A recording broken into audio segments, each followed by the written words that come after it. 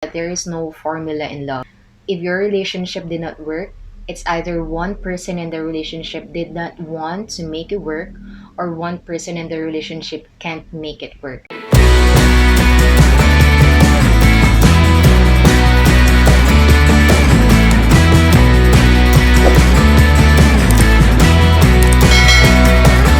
Hi guys, this is Kennedy and welcome back to our channel. So for those who haven't subscribed yet, just click the subscribe button so you will see our future videos. And for those who already subscribed, thank you for subscribing and thank you for watching in our channel. So for today's video, I decided to make this one since there are people who's been asking me on how me and Daniel are actually handling on being in a long distance relationship, because it's been nearly 4 months now since Daniel went back to London and I'm here in the Philippines. And this is going to be the longest time that we're going to be apart from each other. I'm not an expert about this kind of setup in a relationship, but these are just the things that works for me and Daniel. And these are just the things that I think I'm noticing on how we handle our relationship. So this might work for you, this might not work for you. So I just wanted to share to you on how me and Dan are actually handling our relationship being apart. Because we all know that there is no formula in love. Even if you're together or even if you're miles away from each other, if your relationship did not work, it's either one person in the relationship did not want to make it work, or one person in the relationship can't make it work. I think that's just the thing about it. Especially now, I'm sure there are loads of couples there who did not expect this pandemic. So I'm sure there are couples there who are suffering from being apart or being in a long distance relationship.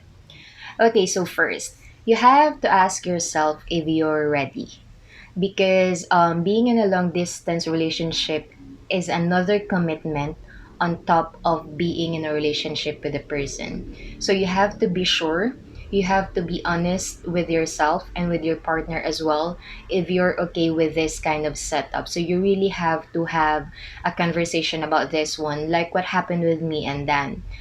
I think it took us few months or a couple of months since we finalized that okay, we're going to do it. We're fine with it, you know. We had a conversation about everything and anything so that everything will be clear to the both of us. That's one thing. Second, you have to know your future plans. Like when you decided about it, you have to know where or when are you going to see each other again. You need to set expectations on how long are you going to be apart from each other, because it's not just about saying okay or being okay about being in a long distance relationship. You need to know what will happen next. What will you do next after that? Where or when are you going to see each other again? Because that's very important. You know, like you need to talk to your partner and set a future plans on okay, so we're going to be apart for 8 months, let's say, and let's try our best to see each other after 8 months, wherever you want. Okay, so that's very important.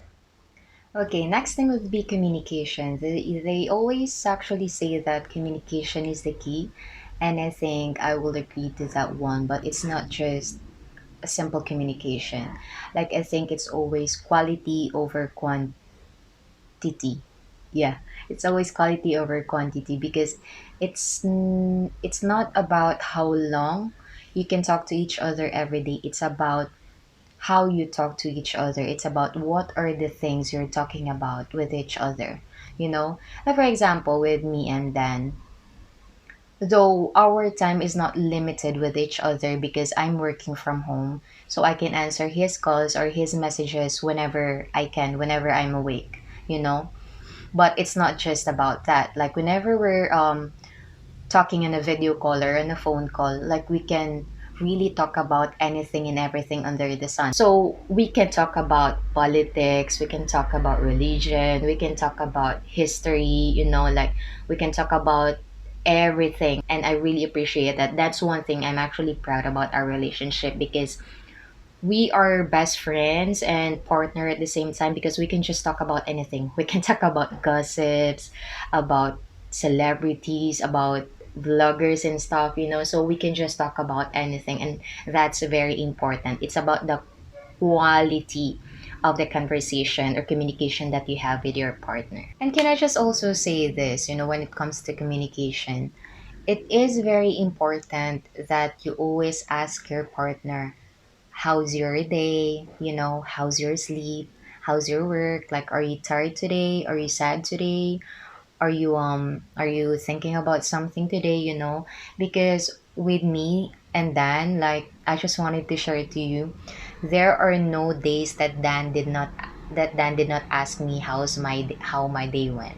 And I really appreciate that part, because by the time that he asked me how's my day, that's a time on how our conversation will start. Like, I will share to him what happened to my work, what happened to this, what happened to my day, and stuff like that. So it's very important that you should ask your partner how she is, how he is, so it goes both ways. So you should, I think that's one good thing as well when it comes to communication. Okay, next thing is time management. I think you need to learn on how to balance your time about everything. Like, I don't believe that there is a busy person when it comes to someone you love. Like, you should always have time for someone you love. You should always have time for your partner, no matter how a busy person you are, because you will not be doing things 24/7. You may still have 30 minutes or an hour or more to talk with your partner before going to bed, for example, so it's really important that you always have time and you know how to balance your time about handling different things in your life, because it's the reality that we have work, we will be busy most of the time. Some may have businesses that they're handling, and that's okay, as long as it's not being busy that is a problem. It's about being busy, but you know how to manage your time, especially when you are in a relationship, most especially when you are in a long distance relationship. So it's very important that you know how to balance everything, so that it will help you and your partner as well to have a time to talk to each other. Next thing is, I think this is one of the important thing as well, and it is respect.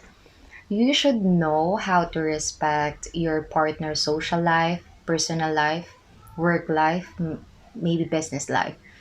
If your partner wants to go out with their friends, or if they have plans with their family, you should not have any objections about it, because the fact that you are already apart from each other, then your partner needs time to spend with their friends or with their family, and you should be okay with it, because they are the only people who's near to your partner. So they are just going to be the people who's going to be with your partner when maybe she wants to go for a coffee, or she wants to talk to someone or see someone, or at least just to go out of the house, so you should be okay with it, because as long as respect is there, then everything will go smoothly, I think.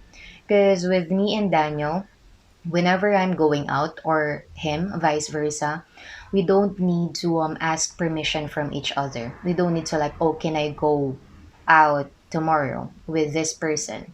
Like, it's not that I am seeking for a yes or no answer from him, but I am informing him ahead of time, just a sign of respect, because he is my partner and he's doing the same thing, but it's not for me or him to say, like, no, I don't like, because that's not good if you have that kind of setup in a relationship, because you should still have your own social life. You should still have time to do the things that you want to do, your own thing, with your friends, with your family, or with yourself, so that's very important. And next is, I think, one of the most controversial one, which is trust.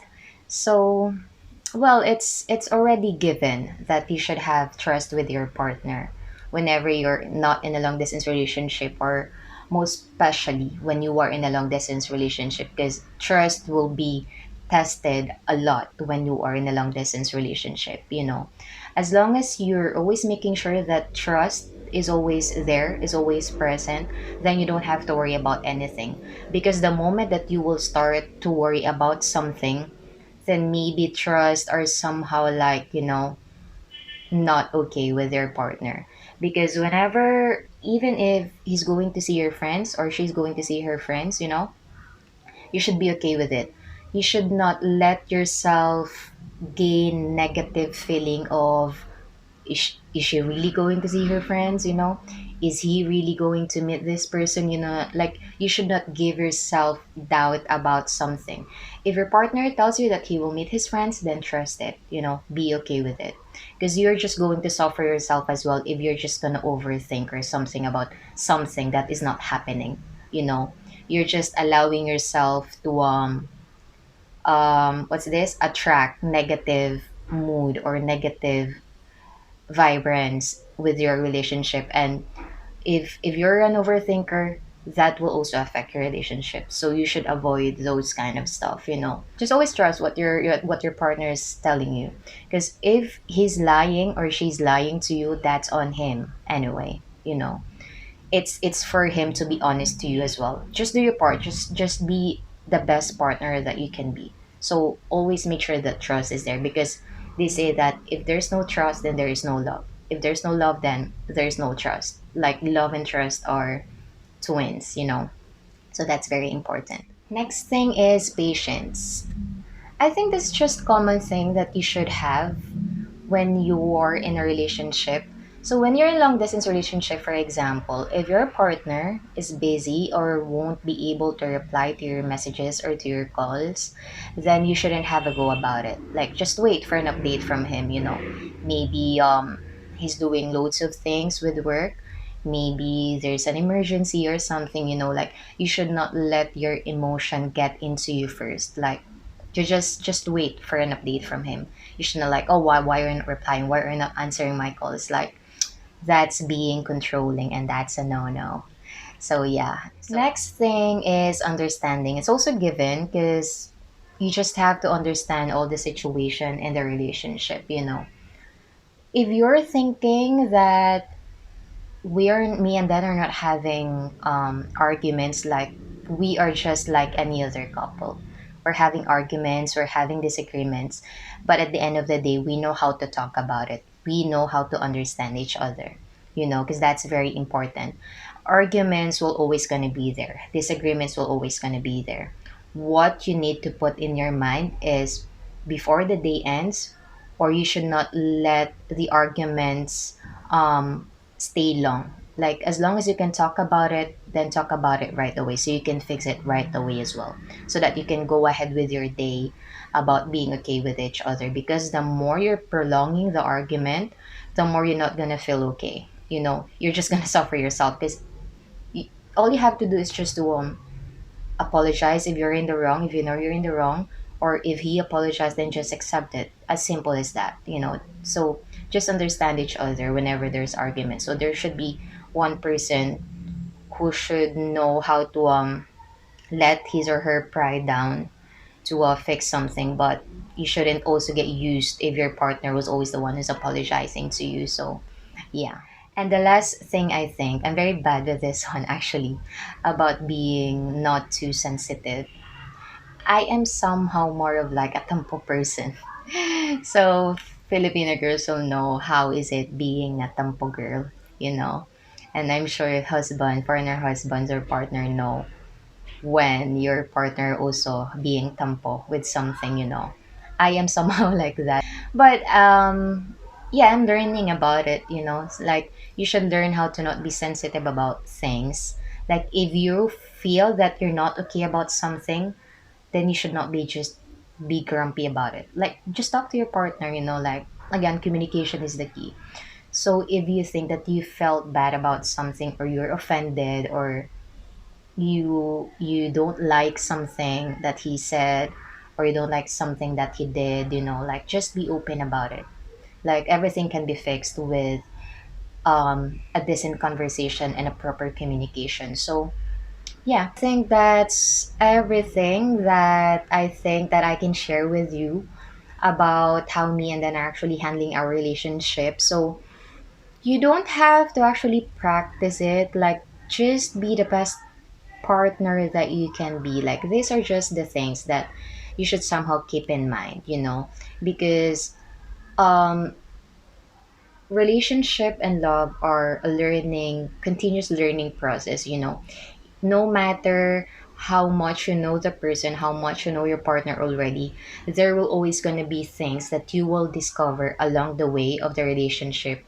and that will gonna give you a reason to adjust about something, so you should just, as long as you're being the best partner that you can be, then it's your partner's job as well to be the best partner that he or she can be, as long as you're doing your part, then you're good in your relationship. So just try to avoid the negative and bad things that you think that can affect your relationship. We're all adult, like we know what's right and wrong. So just keep your relationship happy, and just try to make everything work when everything gets rough sometimes, so yeah, just always have a conversation, then everything will go well. So yeah, that's it for today. I hope you learned something, or I hope you can relate about what I said, So thank you for watching. I hope you enjoy it, and I hope everyone's okay and have a good day. Bye bye.